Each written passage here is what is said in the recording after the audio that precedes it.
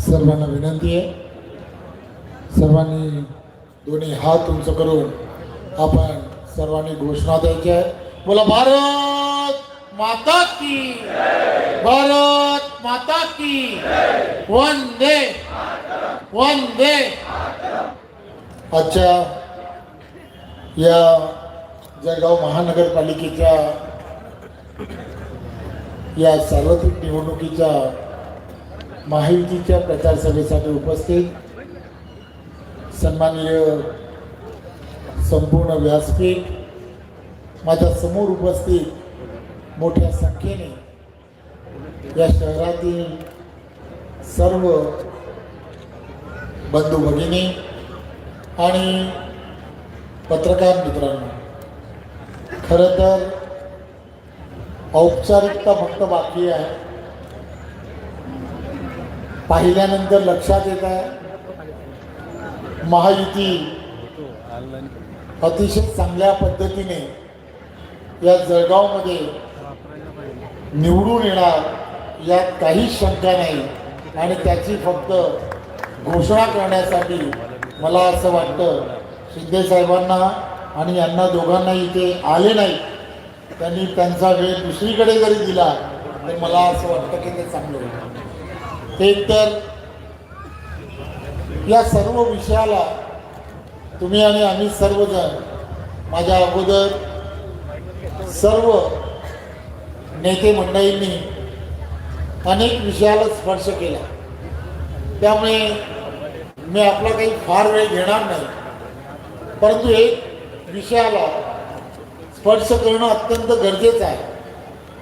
या देशामध्ये देशाचे पंतप्रधान नरेंद्र मोदीजी यांच्या नेतृत्वामध्ये आणि महाराष्ट्रामध्ये महाराष्ट्राचे लोकप्रिय असे मुख्यमंत्री आदरणीय देवेंद्रजी या दोघांच्या नेतृत्वामध्ये केंद्रामध्ये NDAचं सरकार आणि राज्यामध्ये आपल्याला महायुतीचं सरकार हे सातत्याने गतिमान पद्धतीने काम करतात. खरं तर ही दोनही नेते आणि त्यांच्याबरोबर असणारे महायुतीचे सर्वच्या सर्व नेते मंडळी एक विजन ठेवून सर्व ठिकाणी काम करतात. 2047ला विकसित भारत हा निर्माण करण्याच्या दिशेने आपल्याला पाऊल उचलायचं आहे. त्याचबरोबर विकसित महाराष्ट्र या दिशेने आपल्याला पावलं उचलायची आहे. आणि त्याचबरोबर विकसित जळगाव हे सुद्धा तुम्हाला आम्हाला सर्वांना घडवायचं आहे. आता हे स्वप्न जे आहे हे आपल्याला पूर्ण जर करायचं असेल तर एक विचाराने केंद्र आणि राज्यामध्ये ज्यांची सत्ता आहे त्यांच्या बरोबरच राहणं हे अत्यंत गरजेचं आहे. आणि त्यासाठी 15 तारखेला होणारं मतदान जे आहे हे 15 तारखेला होणारं मतदान हे महायुतीच्या प्रत्येक उमेदवाराला मिळणं हे अत्यंत गरजेचं आहे. माझी आपणा सर्वांना विनंती आहे की आपण सर्वजण पाहत असाल की गेली वर्षानुवर्ष 2014च्या अगोदरचा काळ हा तुम्ही आणि आम्ही सर्वांनी पाहिला आहे. आपण सर्वजण राजकारणामधले व्यासपीठावरील सर्व धुरंधर आहात, त्याचबरोबर समोर बसणारे सर्व पत्रकार आपण सर्वजण पाहता की आपल्याला सर्वांना 2014च्या अगोदर विकासासाठी मिळणारा निधी हा इन्फ्रास्ट्रक्चरसाठी मिळणारा निधी हा किती तुटपुंजा होता.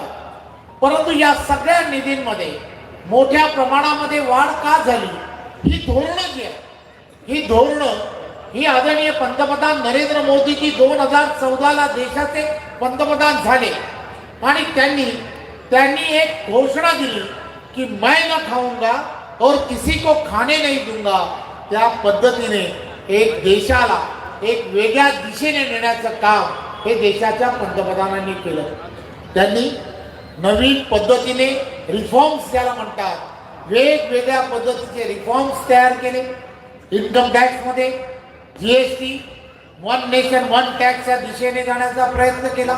आणि या सगळ्या गोष्टीमध्ये आपण सर्वांनी पाहिलं असेल की देशामध्ये असणारं उत्पन्न जे आहे आपलं असणारं उत्पन्न हे अनेक पटीने वाढलं आणि त्यामुळे आपल्याला आपल्या देशामध्ये इन्फ्रास्ट्रक्चरमध्ये मोठ्या प्रमाणामध्ये काम करायला सुरुवात झाली. मी आदरणीय गिरीश भाऊ असतील, किशोरप्पा असेल किंवा व्यासपीठावरील ही सर्वजण यांच्या सगळ्यांचं ज्यांनी आता एक जाहीरनामा तयार केला. हा जाहीरनामा, हा महायुतीचा जाहीरनामा, हा नेहमीच 5 वर्षामध्ये आम्हाला काय करायचं आहे या दृष्टिकोनातून नेहमी काढला जातो. परंतु काँग्रेस असेल किंवा महाविकास आघाडी असेल यांनी जेव्हा जेव्हा जाहीरनामे काढले आणि त्यांना त्यांच्या सत्ता आल्यानंतर सुद्धा विचारलं गेलं तर ते असं म्हणतात की आमच्या जाहीरनाम्यामध्ये त्यावेळेला जे लिहिलं होतं ती सर्वच्या सर्व टायपिंग मिस्टेक असेल.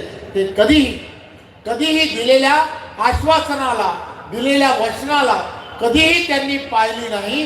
परंतु त्या उलट महायुतीने जे जे म्हटलं ते सर्वच्या सर्व पूर्ण करण्यासाठी महायुतीचे प्रत्येक कार्यकर्ते आणि प्रत्येक नेता हा त्यासाठी पूर्णच्या पूर्ण कटिबद्ध असतो.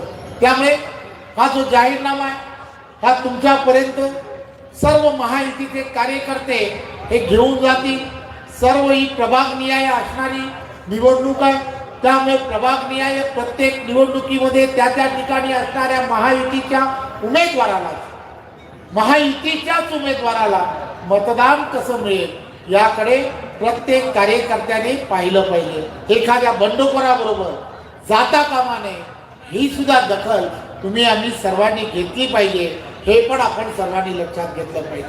म्हणून मी आपणा सर्वांना एवढंच सांगेन की 15 तारखेला होणारं मतदान, हे मतदान आपण बूथवरती एवढ्या ताकदीने करा.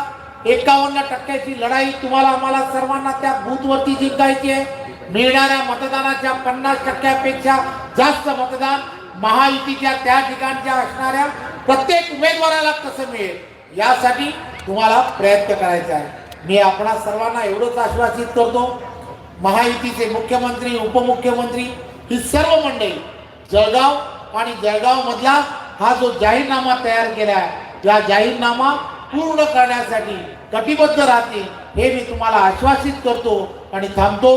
जय हिंद, जय महाराष्ट्र. सर्वांना विनंती आहे, सर्वांनी दोन्ही हात उंच करून आपण सर्वांनी घोषणा द्यायची आहे. बोला भारत माता की, भारत माता की, वंदे वंदे. आजच्या या जळगाव महानगरपालिकेच्या या सार्वत्रिक निवडणुकीच्या महायुतीच्या प्रचार सभेसाठी उपस्थित सन्माननीय संपूर्ण व्यासपीठ, माझ्या समोर उपस्थित मोठ्या संख्येने या शहरातील सर्व